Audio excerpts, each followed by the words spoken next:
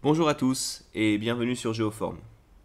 Aujourd'hui, dans ce cours numéro 2, nous allons aborder les notions de couches géographiques et l'importation des tableaux dans le logiciel ArcMap. À la fin de ce cours, vous saurez ce qu'est la notion de couche géographique. Vous saurez télécharger des données libres d'accès, Open Data, depuis le net. Alors évidemment, nous n'allons pas aborder toutes les possibilités de télécharger de l'Open Data, il y en a des centaines. Mais nous nous concentrerons sur le site principal de données géographiques français, à savoir l'IGN, qui a lui aussi des données Open Data.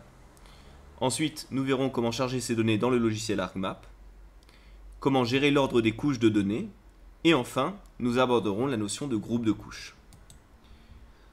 Tout d'abord, la notion de couche géographique. Qu'est-ce que c'est qu'une couche géographique? Alors, j'aimerais pour cela que vous imaginiez, quand vous étiez petit, que vous preniez un livre d'illustration et que vous mettiez une feuille calque dessus afin de dessiner votre personnage préféré. Donc vous décalquiez le personnage, puis ce personnage, une fois décalqué, vous auriez pu le mettre sur n'importe quel autre dessin. Il suffisait de prendre la couche calque et de la mettre sur un autre fond, afin par exemple d'intégrer votre personnage préféré dans un nouveau décor.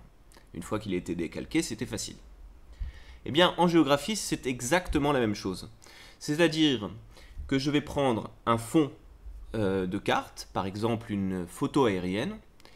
Sur cette photo aérienne, je vais dessiner un certain nombre de choses.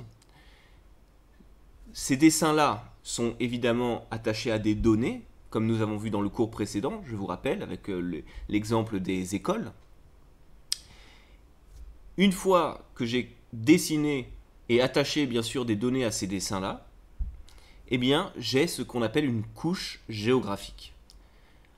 Ces couches géographiques dans le logiciel sont divisées en 3 types.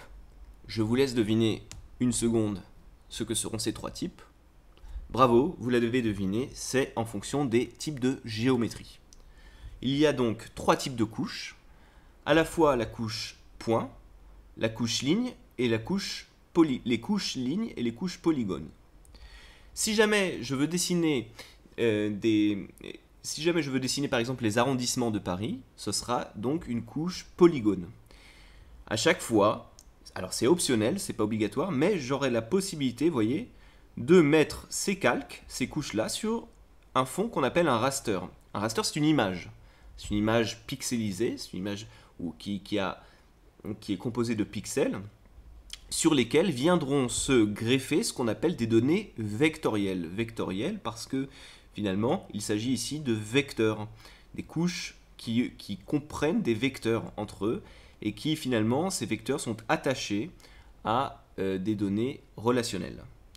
Donc, à nouveau, ici, le fond de carte sur lequel on greffe des calques que l'on a dessinés et attachés à des données. Je rappelle à nouveau, par rapport au cours précédent, que ces calques-là sont l'expression graphique de la colonne des géométries. Si vous avez pris cette formation à partir de ce cours-ci, je vous invite à voir le cours numéro 1 où on a parlé de la colonne des géométries qui n'apparaît pas immédiatement dans ArcMap, mais qui peut apparaître si jamais on le fait. Quoi qu'il en soit, le logiciel, lui, va immédiatement aller vers les données de géométrie et leur donner une expression graphique sur la carte. Donc, voici la notion de couche géographique. Nous allons à présent, nous-mêmes, télécharger des données sur Internet. Alors, pour télécharger des données sur Internet, nous allons nous rendre sur Google. Et sur Google, nous allons taper GeoFLA. GeoFLA, qui est la base de données ouverte de l'IGN. Alors, elle n'est pas totalement ouverte, c'est-à-dire que la plus à jour n'est pas disponible de manière libre. Ce qu'on vous propose de télécharger, ce sont les anciennes. Ça conviendra tout à fait pour ce genre de tutoriel. Donc nous allons nous rendre ici dans accéder au téléchargement. Et nous allons télécharger à la fois les communes. Vous voyez, vous cliquez, ça télécharge. les cantons, cliquez et hop, ça télécharge. On prend à chaque fois hein, la dernière version en liste. Et enfin, les arrondissements, on ne va pas les prendre. Vous pouvez les prendre aussi si vous voulez faire plusieurs essais. Mais moi, je prendrai les départements. Donc, les communes, les cantons et les départements. Une fois que vous les avez téléchargés, vous aurez besoin d'un logiciel pour ce qu'on appelle pour les décompresser. Ce sont des fichiers au format zip, au format GZ exactement. Donc moi j'utilise le logiciel libre 7Z. Là aussi sur Google vous pouvez l'obtenir. Vous tapez comme ça 7Z. Voilà. Voilà 7W. 7Z. Et voilà, vous l'avez immédiatement. Vous allez ici et vous téléchargez la version qui vous convient. Ça s'installe en 1 seconde, c'est très simple. Une fois que vous avez téléchargé le dossier pour dézipper, à moins que vous ayez déjà WinZip ou autre chose, vous allez dans vos téléchargements, puis vous ouvrez ces fichiers-là. Voilà, ZZip, moi j'ai 7zip, voilà, vous cliquez sur Open Archive et vous ouvrez le fichier. Vous rentrez à l'intérieur avant de dézipper, c'est important parce qu'il y a beaucoup de dossiers. Vous cliquez sur Données livraison. À l'intérieur de Données livraison, vous rentrez, vous avez si jamais il s'agit des communes, donc vous aurez les communes, et voilà. Ça, c'est ce dont on a besoin. Ok? Donc vous faites Extract. Vous indiquez le dossier vers lequel vous voulez extraire les données. Donc par exemple, moi ce sera Géoform. J'ai mis ça dans cours 1 d'intro, Data. Je mets OK. Et ensuite, je fais OK. Alors, comme je les ai téléchargés, il va me demander si je veux les remplacer. Oui, je vais dire oui, d'accord, remplace-les. C'est très bien. Donc voilà, une fois que vous les avez téléchargés, ils sont dans vos fichiers. Donc, on va prendre en considération que vous l'avez déjà fait. Moi, en l'occurrence, je l'ai déjà fait. Et nous allons reprendre le cours là où on en était la dernière fois. C'est-à-dire, hop, on a fermé toutes les fenêtres, on a fermé toutes les barres d'outils. Encore une fois, ceux qui prennent ce cours à ce niveau, ils auront sûrement plein d'outils ici, parce que ArcMap s'ouvre avec un certain nombre de barres d'outils par défaut. Nous avons volontairement effacé toutes ces barres d'outils et uniquement allumé la barre d'outils standard. Clic droit, standard. Voilà. Cette barre d'outils, nous allons l'explorer ensemble. Et petit à petit, tout au long de cette formation, nous allons rajouter des barres d'outils, les explorer ensemble et les maîtriser. Donc, je vous propose à nouveau d'ouvrir le catalogue. Alors, juste avant de commencer le catalogue, je préfère vous dire, sûrement que certains de vos collègues, de vos amis vous diront « Mais attendez, pourquoi est-ce qu'il passe par le catalogue? Il peut très bien passer par le fameux plus Add Data. » Tout à fait, c'est vrai, je peux passer par là, mais je vous conseille, surtout pour les débutants, mais également pour les plus avancés d'entre vous, de passer par le catalogue. C'est beaucoup plus agréable comme interface. D'ailleurs, dans ArcPro, on n'utilise quasiment que le catalogue. Il est rare de passer par le Add Data dans ArcPro. Donc voilà, vous avez le catalogue. Alors, là, je vais volontairement le déconnecter. Donc, je rappelle, soit vous cliquez sur Connect to Folder ici, soit vous cliquez droit. Connect to Folder, c'est exactement la même chose. Une fois que vous avez fait ça, vous cliquez sur ce PC, enfin votre ordinateur. Vous arrivez jusqu'au dossier où vous avez téléchargé les données libres d'accès. Donc moi, je vais jusqu'ici. Voilà, je clique sur le dossier en cours, voilà, Data. Je fais OK. Et voilà.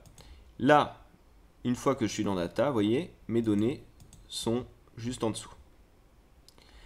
Donc, nous avons téléchargé les données. Nous y accédons à travers le catalogue. Et maintenant, il suffit tout simplement de cliquer sur le fichier .shp, vous voyez.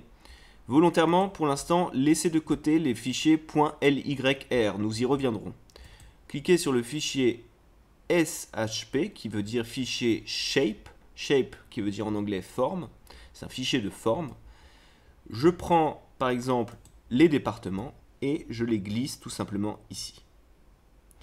Et voilà, le logiciel a été chercher dans le tableau des départements la colonne géométrie. Encore une fois, cette colonne, vous ne la verrez pas directement dans le logiciel, mais le logiciel sait traiter ça, va chercher les géométries, et leur donne une expression graphique. Comment je peux rajouter une autre? Eh bien, tout simplement, à nouveau, par exemple, les communes, on va les glisser. Et voilà. Alors, où sont passés les départements? Et c'est justement la notion de couche géographique dont on parlait tout à l'heure. C'est-à-dire que les départements, une fois que je les ai glissés dessus, ils ont pris une forme graphique et c'est le premier calque. Les communes sont venues s'y greffer dessus. Or, comme les communes ont un symbole plein, c'est-à-dire que leur polygone il est rempli, ils cachent la couche du dessous. Mais ça ne veut pas dire qu'elle a disparu. Comment nous savons ça? Nous allons cliquer sur Table of Content. Et là, vous voyez, à chaque fois que je ramène un tableau, par exemple je vais ramener les cantons, il se greffe à nouveau dessus et apparaît sur le côté canton. Je peux d'ailleurs le retirer en faisant clic droit, Remove. Et voilà. Alors dans ce cas, vous allez me dire, mais alors comment je vois les autres couches en dessous? Eh bien c'est très simple, il suffit tout simplement de leur donner une symbologie différente. Comment je fais? Je clique sur le carré en dessous, une fois, ça suffit. Et là, il vous donne la possibilité, Fill Color, donc la couleur de remplissage. Je vais lui dire pour l'instant, pas de couleur de remplissage. Et Outline Color, les bordures, eh bien, tu vas me les faire en rouge, par exemple. Et voilà. À l'intérieur, vous voyez, on voit les départements qui sont bien de cette couleur. Si, par exemple, je change la couleur des départements en gris, vous voyez, hop, la carte se met immédiatement en gris en dessous. On va se rapprocher, histoire de voir un peu plus clair. Vous voyez? Donc, si par exemple les départements, cette fois-ci, je vais les mettre en bleu. Et voilà. Donc j'ai bien un calque. Vous voyez? Le calque, il s'est bien mis dessus. Alors le plus simple, c'est justement de faire l'inverse. Parce que comme les départements sont plus grands, on a généralement l'habitude de mettre les fichiers de forme grands au-dessus des plus précises. Donc je rappelle, les fichiers qui sont de forme à petite échelle vont venir au-dessus. Pour ceux qui n'ont pas encore la notion de petite et grande échelle, je vous renvoie au cours numéro 1. Petite échelle veut dire grand territoire, grande échelle veut dire petit territoire. Donc voilà. Si j'ai mis les départements, donc les communes cette fois-ci sont cachées, eh bien tout simplement je vais transformer mes départements, je vais lui donner une couleur de remplissage neutre, donc pas de couleur de remplissage. Et la couleur extérieure, on va lui donner une couleur bleue foncée et on va agrandir la couleur extérieure. Vous voyez, de 5 par exemple, ou 4, allez. Hop, et voilà. J'ai bien les départements qui se greffent sur la couche des communes et ainsi je vois la carte avec les départements et les communes en plus petit. Voilà, voici pour aujourd'hui. Nous avons vu donc la notion à la fois de couche géographique. Nous avons vu comment télécharger du net des données libres d'accès. Nous avons vu comment les charger depuis le catalogue. Au prochain cours, nous verrons comment intervenir avec le tableau des données.